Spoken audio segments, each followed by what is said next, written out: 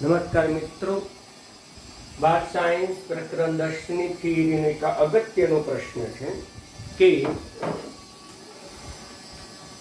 Hello alkane એટલે આપણે ઉદાહરણ તરીકે ઇથાઇલ ક્લોરાઇડ લઈ શકીએ અથવા ક્લોરોઇથેન, અને હેલો એરિન એટલે આપણે બેન્ઝીન ચક્ર લઈ શકીએ, ક્લોરોબેન્ઝીન. આ બંનેની SN1 પ્રક્રિયાનો તુલનાત્મક અભ્યાસ છે. અને કેન્દ્રાણુરાગી વિસ્થાપન પ્રક્રિયા સરળતાથી થાય, જ્યારે હેલો એરિનની કેન્દ્રાણુરાગી વિસ્થાપન પ્રક્રિયા ઓછી સરળતાથી થાય. એટલે હેલો આલ્કેન કરતા હેલો એરિન કેન્દ્રાણુરાગી વિસ્થાપન પ્રક્રિયા પ્રત્યે ઓછો ક્રિયાશીલ છે. આ વાક્ય રચના તમને પરીક્ષામાં પૂછાયેલી હતી, પણ એના કરતા સરળ ભાષા કહીએ કે હેલો આલ્કેન કરતા હેલો એરિન ની SN પ્રક્રિયા મુશ્કેલીથી થાય. એટલે હેલો એરિન ની SN પ્રક્રિયા સરળતાથી થાય છે, તેની સરખામણીમાં હેલો એરિન ની SN પ્રક્રિયા સરળતાથી થતી નથી. ટૂંકમાં આ પદાર્થ સરળતાથી પ્રક્રિયા આપે છે, જ્યારે આ પ્રક્રિયા મુશ્કેલીથી આપે છે, સરળતાથી પ્રક્રિયા આપી શકતો નથી. તો એના માટેના કારણો કયા? તો પહેલું તો છે કે સંસ્પદન. પહેલું આવશે સંસ્પદન, કે ઇથાઇલ ક્લોરાઇડ લઈએ, ઇથાઇલ ક્લોરાઇડ યાની કે આલ્કાઇલ હેલાઇડ, આલ્કાઇલ હેલાઇડ, અથવા તો જેને આપણે બીજી પરિભાષામાં હેલો આલ્કેન પણ કહી શકાય. આમ વિવિધ પરિભાષામાં બોલવામાં આવે છે, લખવામાં આવે, બંનેનો અર્થ, ત્રણેયનો અર્થ એક જ. હેલો આલ્કેન એટલે જ આલ્કાઇલ હેલાઇડ, એટલે જ CH3CH2CH. બીજા ઉદાહરણો પણ હોઈ શકે. અહીંયા આપણે બીજા ઉદાહરણો ધ્યાનમાં નહીં લઈએ, એક જ ઉદાહરણ ધ્યાનમાં લઈએ. તો પછી આની અંદર સંસ્પદન નથી.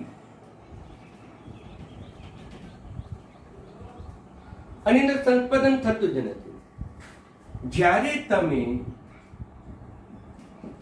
હેલો બેન્ઝીન લેશો અથવા તો હેલો એરિન લેશો,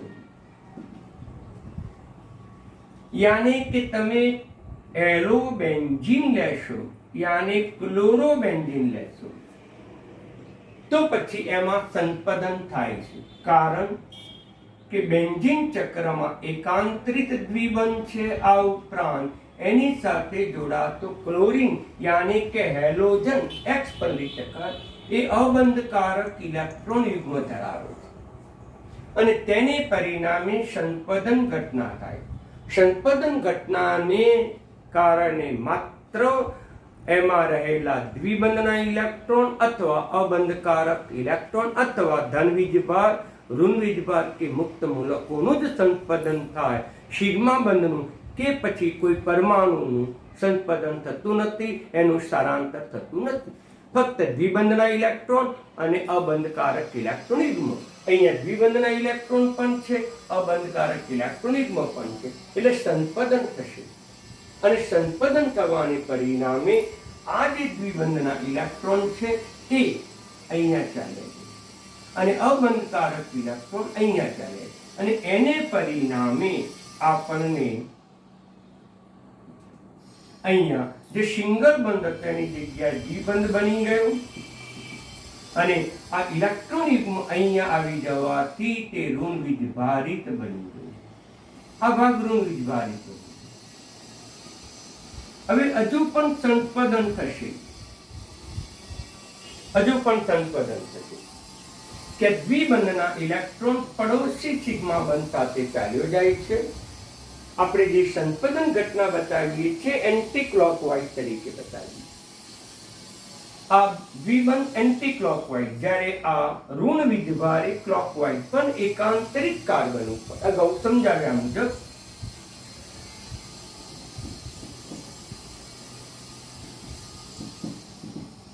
ઋણ વીજભારિત છે, માટે કાર્બન ધન વીજભારિત બની જશે. ઇલેક્ટ્રોન યુગ્મ અહીંયા આવશે. હજુ પણ સંસ્પદન ઘટના થઈ શકે. આ દ્વિબંધ પડોશી સિગ્મા બંધ ઉપર, આ એકાંતરિત કાર્બન ઉપર અથવા એકાંતરિત પરમાણુ ઉપર ચાલી જશે.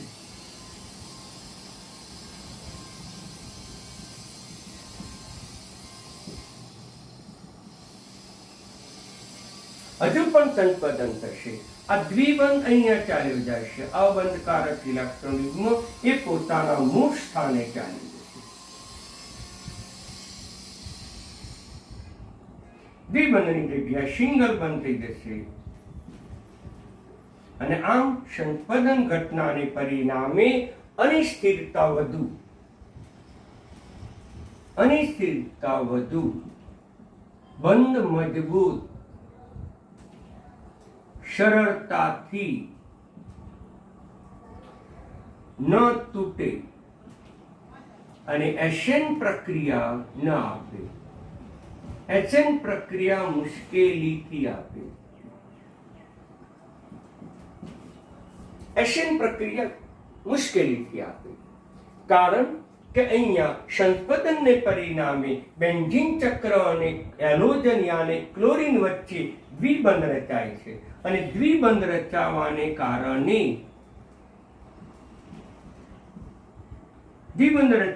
કારણે એ દ્વિબંધ મજબૂત બની જાય છે અને મજબૂત બને છે સરળતાથી તૂટતો નથી. એશન પ્રક્રિયા મુશ્કેલીથી આપે છે. સંપદનને પરિણામે સ્થિરતા પણ વધુ અને એને પરિણામે બંધ મજબૂત બને, સરળતાથી ન તૂટે. એશન પ્રક્રિયા મુશ્કેલીથી આપે માટે આની એશન પ્રક્રિયા મુશ્કેલીથી, અહીંયા સરળતાથી આપે કારણ કે સંપદન થતું નથી. એક સંપદન થતું. ઓકે. બીજું છે સંકરણ. બીજો મુદ્દો છે સંકરણ.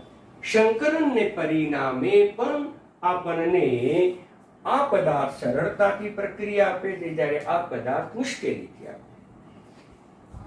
અહીંયા આપણે ચર્ચા કરીએ કે CH3CH2Cl આ જે કાર્બન છે એ કાર્બનનું સંકરણ sp3 છે,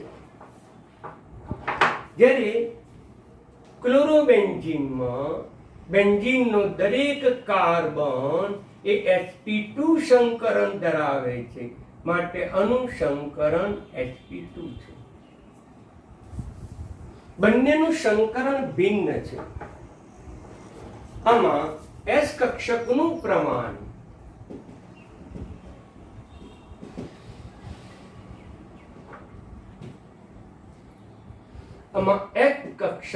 જે પ્રમાણ છે એ પ્રમાણ આપણને ચોથા ભાગનું એટલે કે 25% છે,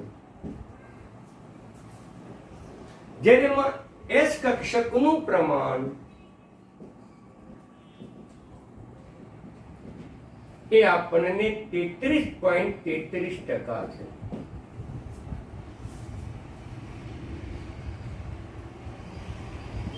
ચોથો ભાગ, આમાં ત્રીજો ભાગ, ત્રણ જ કક્ષક, એક S, બે P એટલે 3 એટલે 33.33. આ ચાર પ્રકારની કક્ષક, એક S, PX, PY, PZ એટલે sp3 એટલે 4 એટલે S કક્ષકનું પ્રમાણ 25%. જેમ S કક્ષકનું પ્રમાણ વધુ તેમ બંધ મજબૂત, બંધ લંબાઈ ઓછી.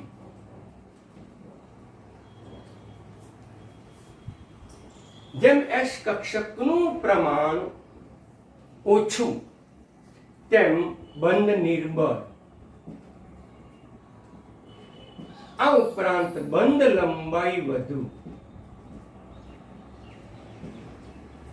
આમાં જે CCl બંધ છે એ CCl ની બંધ લંબાઈ આપણને વધારે જોવા મળે છે.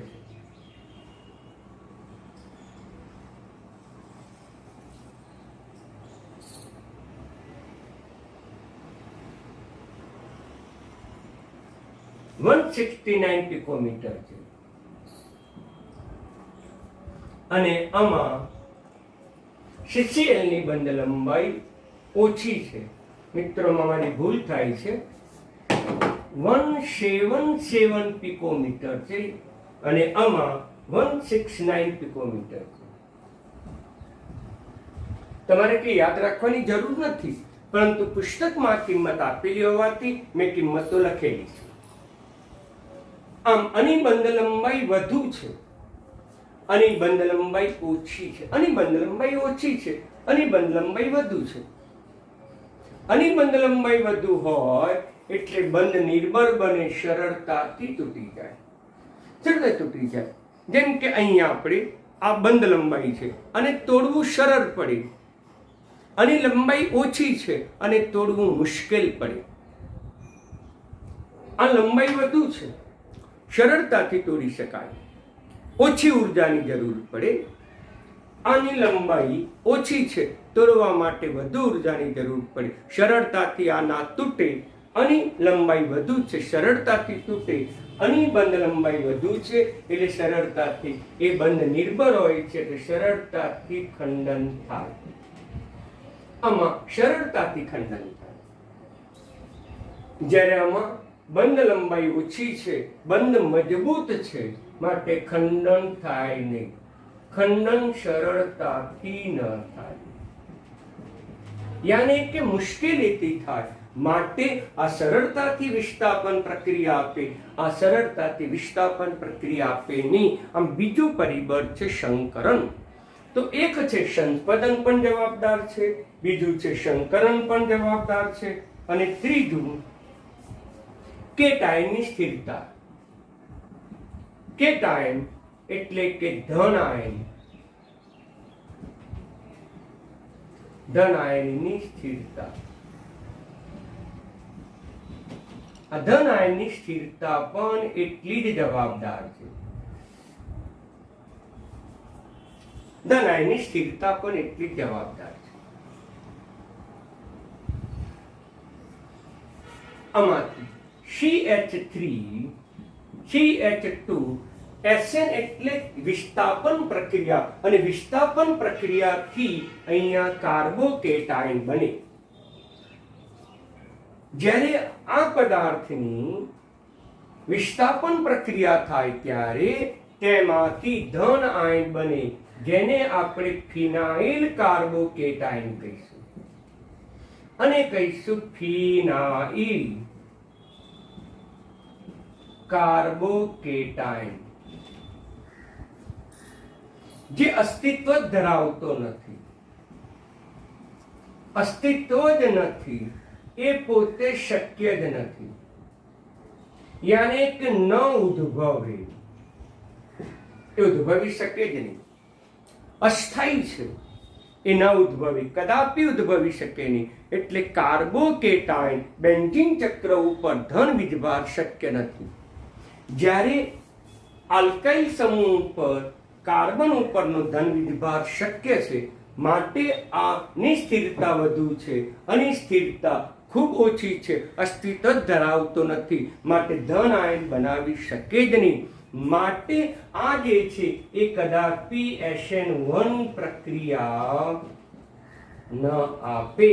કારણ કે SN1 પ્રક્રિયા છે એ બે તબક્કામાં થાય. પ્રથમ તબક્કામાં ધન આયન બને, કાર્બોકેટાયન બને, અને એરાઇલ હેલાઇડમાંથી હેલોબેન્ઝીનમાંથી આપણને ધન આયન ન ઉદ્ભવી શકે, કાર્બોકેટાયન ન ઉદ્ભવી શકે. માટે SN1 પ્રક્રિયા કદાપી ન આપે. બરાબર ધ્યાન આપજો કે હેલોએરિન એ SN1 પ્રક્રિયા કદાપી ન આપે, અને જો આપે તો SN2 પ્રક્રિયા આપે.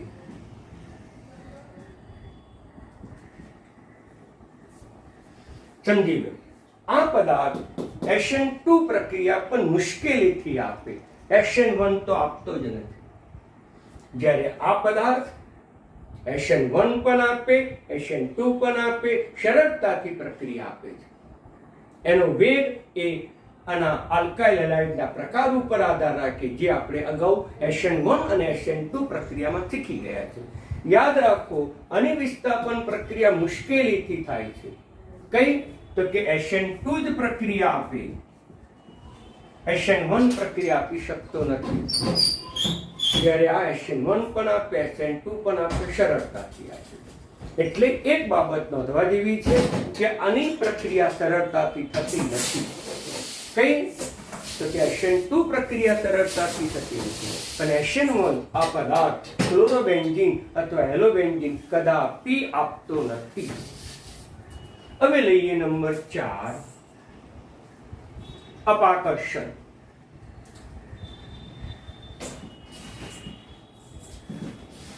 આપણે અપાકર્ષણ બાબત ધ્યાનમાં લઈશું. અપાકર્ષણ અહીંયા બેન્ઝીન ચક્ર છે અને બેન્ઝીન ચક્રની અંદર 6 પાઈ ઇલેક્ટ્રોન છે અને જે ઋણ વીજભારિત છે. તે જ પ્રકારે ક્લોરીન સમૂહ ઉપર પણ અબંધકારક ઇલેક્ટ્રોન યુગ્મ છે. હેલોજન સમૂહ પર અબંધકારક ઇલેક્ટ્રોન યુગ્મ છે. હવે એની ન્યુક્લિયોફિલિક સાથે પ્રક્રિયા થાય. મિત્રો, દાખલ થતો સમૂહ પણ ઋણ વીજભારિત છે.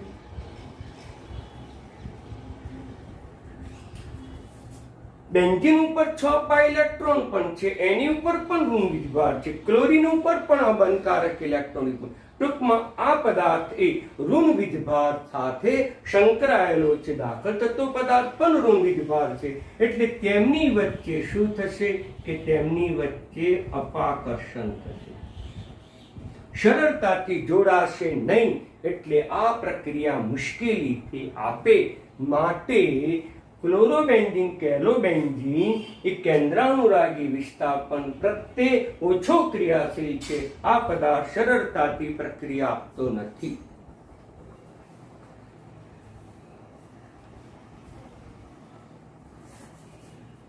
મિત્રો, બરાબર સમજી લો. ટૂંકમાં સરળ શૃંખલાવાળા આલ્કાઇલ હેલાઇડ કે હેલો આલ્કેન એ સરળતાથી SN1 પણ પ્રક્રિયા આપે અને SN2 પ્રક્રિયા પણ સરળતાથી આપે છે.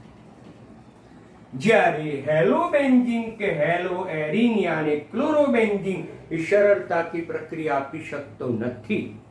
શા માટે? તો એના 4 પરિબળો છે. પહેલું સંપદન ઘટના છે. એ સંપદન ઘટના જવાબદાર છે અને સંપદન ઘટનાને પરિણામે કાર્બન એટલે કે બેન્ઝીનનો કાર્બન અને હેલોજન એટલે કે ક્લોરીન વચ્ચે દ્વિબંધ રચાય છે અને દ્વિબંધને પરિણામે બંધ મજબૂત બને છે. SN પ્રક્રિયા, વિસ્થાપન પ્રક્રિયા સરળતાથી થતી નથી. સંપદનને પરિણામે એની સ્થિરતા વધી જાય અને સ્થિરતા વધે એટલે સરળતાથી પ્રક્રિયા ના આવે. આ ઉપરાંત સંકરણ પણ જવાબદાર છે. આમાં હેલોજન ધરાવતો કાર્બન sp3 સંકરણ છે, જેમાં સલ્ફરનું પ્રમાણ 25% છે. આમાં હેલોજન સમૂહ ધરાવતો કાર્બન એ sp2 છે, એમાં સલ્ફરનું પ્રમાણ 33.33% છે. જો H કક્ષકનું પ્રમાણ વધુ હોય તો બંધ મજબૂત બને, બંધ લંબાઈ ઓછી, અને બંધ લંબાઈ ઓછી હોવાથી સરળતાથી ખંડન થતું નથી. મુશ્કેલીથી આ પ્રક્રિયા આપે છે. જ્યારે અહીં H કક્ષકનું પ્રમાણ વધુ છે અરે ઓછું છે અને H કક્ષકનું પ્રમાણ ઓછું હોવાથી બંધ નિર્ભર હોય છે, બંધ લંબાઈ વધુ હોય છે, સરળતાથી ખંડન થાય છે, સરળતાથી વિસ્થાપન પ્રક્રિયા આપે.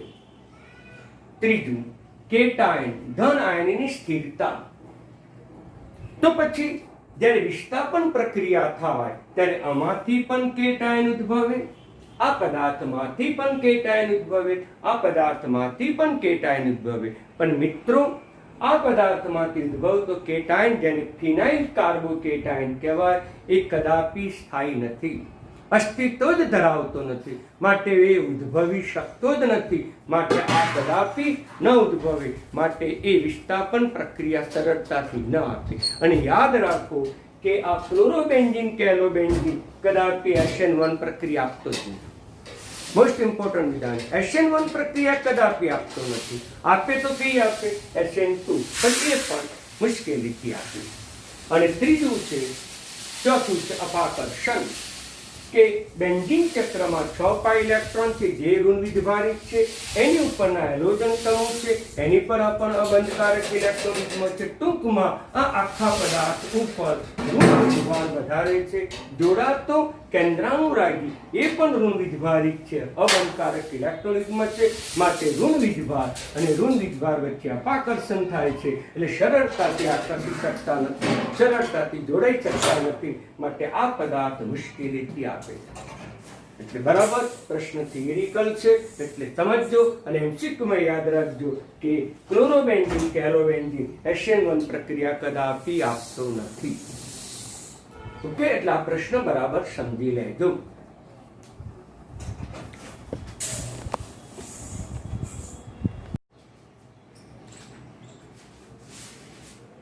પ્રશ્ન નંબર 2 આજનો અગત્યનો છે. આપણે અગાઉના પ્રશ્નમાં શીખી ગયા કે હેલોબેન્ઝીન, હેલોએડિન યાની કે ક્લોરોબેન્ઝીનની SN પ્રક્રિયા મુશ્કેલીથી થાય. 4 પરિબળો હતા. એક સંસ્પદન હતું, એક સંકરણ હતું, એક ફિનાઇલ કેટાયનની સ્થિરતા હતું, કાર્બોકેટાયનની સ્થિરતા હતું અને ચોથું અપાકર્ષણ હતું. આમ આની SN પ્રક્રિયા મુશ્કેલીથી થાય, પણ એની સાથે ઇલેક્ટ્રોન આકર્ષક સમૂહ જો જોડાય, એ પણ ઓર્થો કે પેરા સ્થાને જોડાય તો તેની ક્રિયાશીલતામાં વધારો થાય છે. યાની કે તે સરળતાથી પ્રક્રિયા આપે.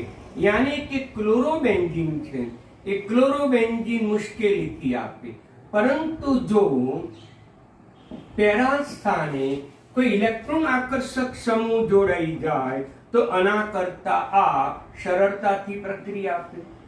જો તેમાં સમૂહની સંખ્યામાં વધારો થાય, યાની કે NO2 સમૂહ ઓર્થો સ્થાને પણ જોડાય અને પેરા સ્થાને જોડાય તો આના કરતા આની ક્રિયાશીલતા વધી જાય. અને જો સમૂહની સંખ્યા 3 થઈ જાય, જો સમૂહની સંખ્યા 3 થઈ જાય તો આની ક્રિયાશીલતા વધી જાય. તો મિત્રો એક વસ્તુ એમસીક્યુમાં યાદ રાખો કે હેલોબેન્ઝીન સાથે જો ઇલેક્ટ્રોન આકર્ષક સમૂહ જોડાયેલો હોય તો તેની ક્રિયાશીલતામાં વધારો થાય છે. આમ ઓર્થો અને પેરા સ્થાને જોડાય તો જ ક્રિયાશીલતા વધે, સંખ્યા વધે તો પણ એની ક્રિયાશીલતામાં વધારો થાય છે. પરંતુ જો તે સમૂહ મેટા સ્થાને જોડાય, મેટા સ્થાને, તો પછી ક્રિયાશીલતામાં કોઈ જ ફેરફાર થતો નથી, ક્રિયાશીલતા બદલાતી જ નથી. આમ ઇલેક્ટ્રોન આકર્ષક સમૂહ યાની કે -I પ્રેરક સમૂહ, 1160માં આપણે -I પ્રેરક સમૂહ કહેતા. -I પ્રેરક સમૂહ એ બેન્ઝીન ચક્રમાંથી ઇલેક્ટ્રોન આકર્ષે છે. તેથી એમાં ઇલેક્ટ્રોનની સંખ્યા ઘટવાથી અપાકર્ષણ દાખલ થતો એનો સમૂહ સરળતાથી જોડાઈ શકે છે, અપાકર્ષણ ઘટી જાય છે.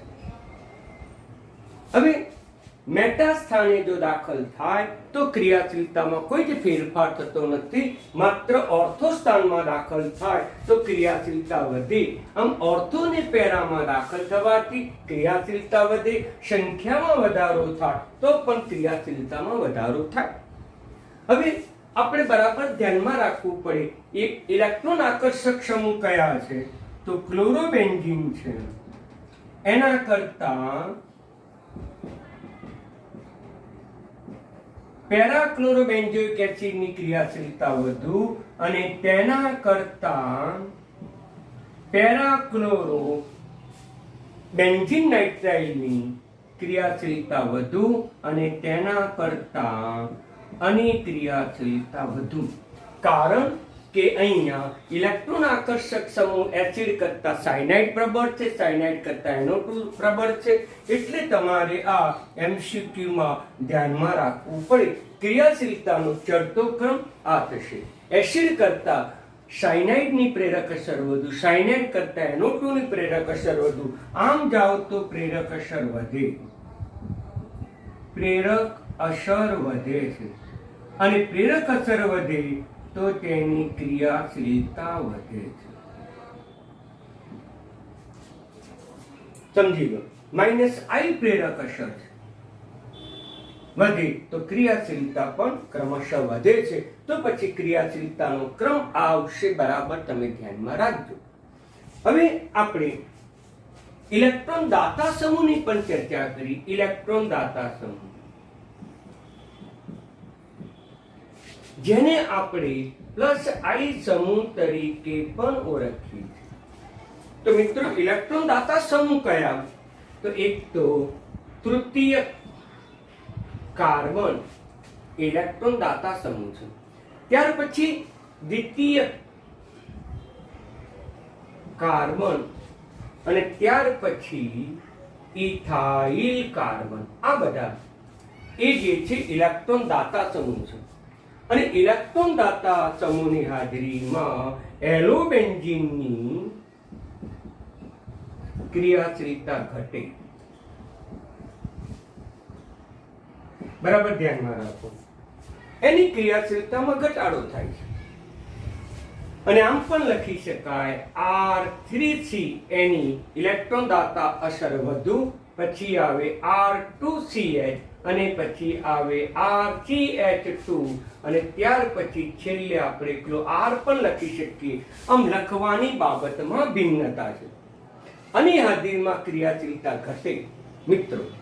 એટલે ક્લોરોબેન્ઝીન છે એની ક્રિયાશીલતા એ પેરા સ્થાનમાં રહેલા મિથાઇલ કરતા આની ક્રિયાશીલતા વધી જાય અને એના કરતા આપણને પેરા સ્થાને રહેલા NO2 સમૂહની ક્રિયાશીલતા વધે. એટલે મિત્રો આ MCQ પણ તમે બરાબર ધ્યાનમાં રાખજો. ટૂંકમાં ઇલેક્ટ્રોન આકર્ષક સમૂહ ઓર્થો પેરા સ્થાને હોય ત્યારે એની ક્રિયાશીલતા વધે, સંખ્યા વધે ત્યારે પણ ક્રિયાશીલતા વધે. પરંતુ જો ઇલેક્ટ્રોન દાતા સમૂહ હોય તો પછી એની ક્રિયાશીલતામાં ઘટાડો થાય છે. એટલે કે અહીંયા પેરાક્લોરોટોલ્યુઇનની ક્રિયાશીલતા ઓછી, એના કરતા ક્લોરોબેન્ઝીનની ક્રિયાશીલતા વધુ અને એના કરતા પણ પેરાક્લોરોનાઇટ્રોબેન્ઝીનની સ્થિરતા વધુ. આ વસ્તુ તમારે MCQમાં બરાબર ધ્યાનમાં રાખવી પડશે મિત્રો. ઓકે. હવે ક્રિયાશીલતામાં વધારો થાય છે જે આપણે રાસાયણિક પ્રક્રિયાઓ દ્વારા પણ સરળતાથી સમજાવી શકીએ છીએ. જે MCQ માટે તમારે યાદ રાખવાની છે, છતાં પણ રાસાયણિક પ્રક્રિયાઓ દ્વારા પણ આપણે સમજાવી શકીએ. જેમ કે ક્લોરોબેન્ઝીનની પ્રક્રિયા એ મુશ્કેલીથી થાય. આ ક્લોરોબેન્ઝીનની પ્રક્રિયા સરળતાથી થતી નથી, મુશ્કેલીથી થાય. એ ઉગ્ર પ્રક્રિયા પરિસ્થિતિ જોઈએ અને એ પરિસ્થિતિમાં સોડિયમ હાઇડ્રોક્સાઇડ સાંદ્ર જોઈએ. આ ઉપરાંત તાપમાન 623 કેલ્વિન જોઈએ, દબાણ જોઈએ 300 વાતાવરણ દબાણ જોઈએ. અને પહેલા તબક્કામાં પ્રક્રિયા થાય, બીજી તબક્કામાં H+, તો પછી આમાં Cl સમૂહ દૂર થાય અને તેના સ્થાને OH સમૂહ દાખલ થાય. પ્લસ માઇનસ આ Cl દૂર થાય, OH સમૂહ દાખલ થાય અને એશેન ક્રિયાવિધિ અનુસાર પ્રક્રિયા થાય. એક જ તબક્કામાં પ્રક્રિયા થાય અને આપણને ફિનોલ પ્રાપ્ત થાય. OH એટલે આપણે એને કહીશું ફિનોલ. અને આ પદ્ધતિને આપણે ડાઉ પદ્ધતિ તરીકે પણ ઓળખવામાં આવે. આ ડાઉ પદ્ધતિની પ્રક્રિયા સમીકરણ છે. સરળતાથી Cl દૂર થતો નથી, ઉગ્ર પરિસ્થિતિમાં આપણે પ્રક્રિયા કરવી પડે છે. હવે આપણે એની સાથે ઇલેક્ટ્રોન આકર્ષક સમૂહ આપણે NO2 સમૂહ દાખલ કરીએ તો પછી ક્રિયાશીલતામાં વધારો થાય છે. પ્રક્રિયા પરિસ્થિતિ હળવી બનાવીએ છીએ, ઓછી બનાવીએ છીએ. એમાં પહેલા સ્ટેજે NaOH જલીય લેવામાં આવે છે અને તાપમાન 443 કેલ્વિન. બીજા તબક્કામાં એસિડ ઉમેરવામાં આવે. મિત્રો તાપમાન પણ ઘટ્યું, દબાણ સામાન્ય દબાણે પ્રક્રિયા કરી શકીએ છીએ અને સરળતાથી વિસ્થાપન પ્રક્રિયા થાય છે અને સરળતાથી Cl સમૂહ દૂર થઈને OH સમૂહ દાખલ થાય. તો આપણને અહીંયા NO2 સમૂહ દાખલ થવાને પરિણામે આ હેલોબેન્ઝીનની ક્રિયાશીલતામાં વધારો થયો, સરળતાથી પ્રક્રિયા આપી, કારણ કે તાપમાન પણ ઘટ્યું, દબાણની આવશ્યકતા રહેતી નથી. હવે આપણે ત્રીજો પદાર્થ લઈએ, આ હેલોબેન્ઝીન. એના પેરા સ્થાને NO2 સમૂહ, ઓર્થો સ્થાને NO2 સમૂહ અને એની NaOH સાથે પ્રક્રિયા કરીશું. તો આના કરતા પ્રક્રિયા પરિસ્થિતિ ઓછા પ્રમાણમાં જોઈએ. ઉગ્ર પ્રક્રિયા પરિસ્થિતિ કહેવાય, કેમ કે તાપમાન ઊંચું, દબાણની પણ જરૂર પડી. તાપમાન ઘટી ગયું, દબાણની કોઈ જ જરૂર ન પડી. તો અહીંયા આપણને NaOH ની હાજરીમાં તાપમાન ઘટી ગયું. 368 કેલ્વિન તાપમાને પ્રક્રિયા થઈ. પછી એસિડ ઉમેરવામાં આવ્યું. તો પછી ક્લોરીન સરળતાથી દૂર થયું અને ક્લોરીન દૂર થઈ OH સમૂહ દાખલ થયો. અહીંયા પ્રક્રિયા પરિસ્થિતિ વધુ જોઈએ, ઊંચું તાપમાન ઊંચું દબાણ જોઈએ, કારણ કે સરળતાથી આપતું નથી. જ્યારે પહેલા સ્થાને NO2 દાખલ થયું એટલે પ્રક્રિયાના વેગમાં વધારો થાય છે. આના કરતાનો વેગ વધે, સરળતાથી પ્રક્રિયા આપે. એના કરતા આ પણ સરળતાથી પ્રક્રિયા આપે. હવે જો સંખ્યા વધારવામાં આવે, સંખ્યા વધારીએ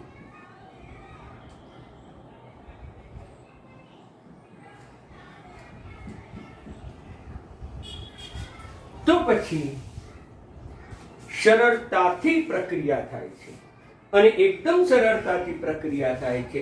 NOH ની પણ જરૂર નથી, પાણીની જરૂર પડે છે અને પાણીની હાજરીમાં પણ વિસ્થાપન પ્રક્રિયા થાય છે.